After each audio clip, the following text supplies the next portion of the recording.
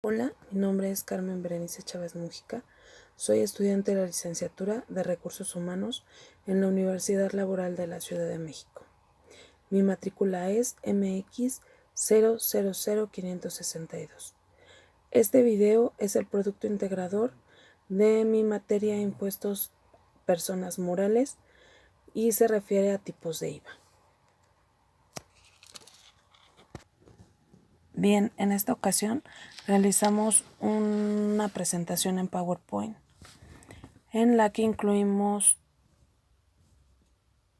la portada, la introducción.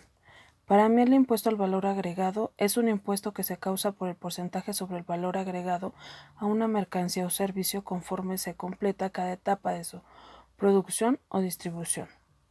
Es decir, impuesto que debe pagar los consumidores al Estado por el uso de un determinado servicio o la adquisición de un bien. La ley del IVA. La ley del impuesto al valor agregado fue expedida por decreto del Congreso de la Unión en fecha 22 de diciembre de 1978, publicado en el Diario Oficial de la Federación el 29 de diciembre de 1978. Entrando en vigor hasta el 1 de enero de 1980. La ley del IVA se compone de 9 capítulos y sus artículos transitorios. Así también se han derogado muchos artículos. Su última reforma publicada en el Diario Oficial de la Federación fue el 30 de noviembre del 2016. La ley de IVA conforma capítulo 1, disposiciones generales. Establece que están obligados al pago de impuestos al valor agregado establecido en esta ley las personas físicas y las morales que en territorio nacional realicen los actos o actividades siguientes: enajenen bienes, presenten servicios independientes, otorguen el uso o goce temporal de bienes, importen bienes o servicios.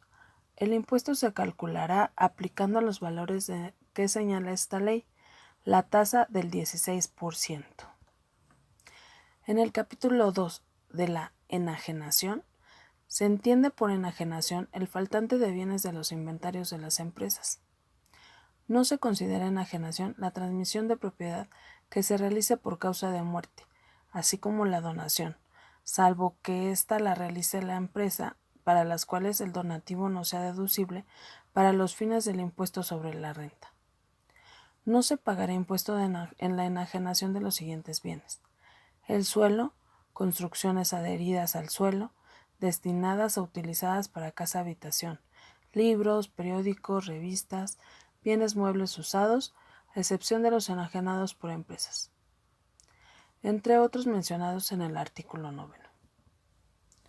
Capítulo 3. De la presentación de servicios. Se considera presentación de servicios independientes la presentación de obligaciones de hacer que realice una persona a favor de otra, cualquiera que sea el acto que le dé origen y el nombre o clasificación que a dicho acto le den otras leyes. Capítulo 4. El uso o goce temporal de bienes. Se entiende por uso o goce temporal de bienes el arrendamiento, el usufructo y cualquier otro acto independientemente de la forma jurídica que el efecto se utilice. Capítulo 5. De la importancia de bienes o servicios. Se considera importación de bienes o servicios la introducción al país de bienes, cuando estos se destinan a los regímenes aduaneros de importación temporal para elaboración, transformación o reparación en programas de maquila o de exportación, es decir, compra de bienes y servicios que provienen de otros países. Capítulo 6. La exportación de bienes o servicios, que es al contrario del capítulo 5. Las empresas residentes en el país calcularán el impuesto aplicado, la tasa del 0% al valor de la enajenación de bienes y prestación de servicios cuando unos u otros se exporten, es decir, la venta de bienes y prestaciones a otros países. Capítulo 7. De las obligaciones de los contribuyentes. Los obligados al pago de este impuesto y las personas que realizan los actos o actividades a que se refiere el artículo 2A. Tienen además de las obligaciones señaladas en otros artículos. llevar contabilidad de conformidad en el Código Fiscal, realizar la separación en su contabilidad y registro de las operaciones que lleven a cabo por cuenta propia, expedir y entregar comprobantes, entre otras obligaciones. Capítulo 8. De las facultades de las autoridades. Al importe de la determinación presuntiva del valor de los actos o actividades por los que se deba pagar el impuesto en los términos de esta ley, se aplicará la tasa del impuesto que corresponda conforme a la misma y el resultado se reducirá a las cantidades acreditables que se comprueben. El capítulo 9. De las participaciones a las entidades federativas.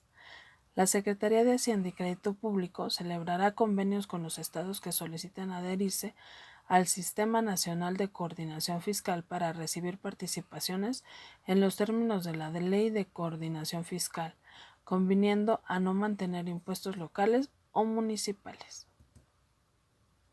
Tipos de IVA.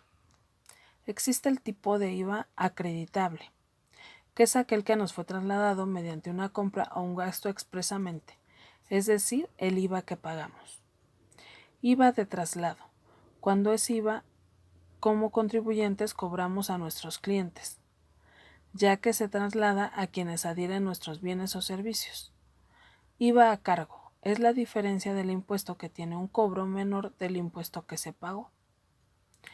IVA a favor, es la desigualdad del impuesto que se cobró menos el impuesto a abonar, al ser menor el importe del primero. Bien, ahora vienen nuestros ejercicios que nos dejaron y mi conclusión,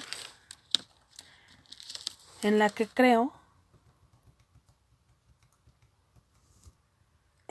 que como consumidores debemos de saber el porcentaje de IVA que debemos de pagar en cada producto o bien y a cuáles se refiere, por lo que debemos de conocer nuestra ley del IVA para tener el conocimiento amplio en lo referente a este pago de impuesto y por qué se realiza.